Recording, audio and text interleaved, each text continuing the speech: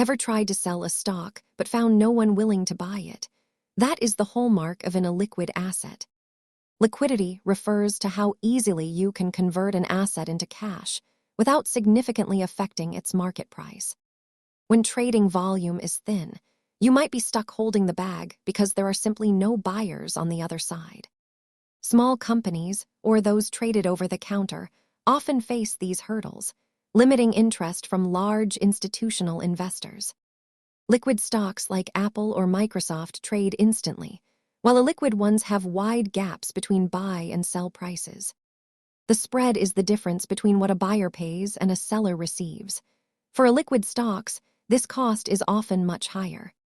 Always consider how easily you can exit a position before entering it, especially when looking at smaller, obscure companies. Understanding market mechanics helps you make better decisions. Thanks for watching, and remember to always do your own research.